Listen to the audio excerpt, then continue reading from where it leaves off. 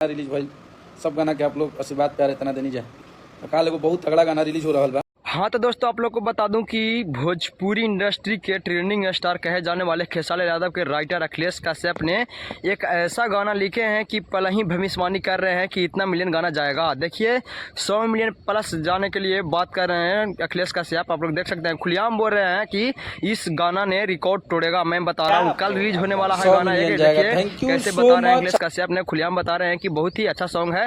मैं इस गाने को मानता हूँ कि ट्रेंडिंग में जाएगा। आप लोग देख सकते हैं किस तरह से अखिलेश कश्यप बोल रहे हैं।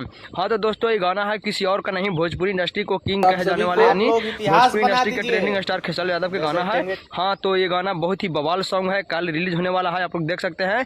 और देखिए इस गाना के राइटर पहले ही बता रहे हैं कि ये गाना बवाल मचाएगा, ट्रेंडिंग में जाएगा। आप लोग देख सकते हैं किस तरह से बता रहे हैं, ट्रेंडिंग में 100 मिलियन प्लस जाएगा। जैसे टेंगे टेंगे गाना गया वो खुलेआम बता रहे हैं दोनों राइटर की 100 मिलियन प्लस जाएगा। आप लोग देख सकते हैं वो 5 दिन 6 दिन के अंदर में ट्रेंडिंग में जरूर जाएगा। रिलीज भाई सब गाना के आप लोग आशीर्वाद प्यार इतना देनी जाए। काल एगो बहुत तगड़ा गाना रिलीज हो रहा बा।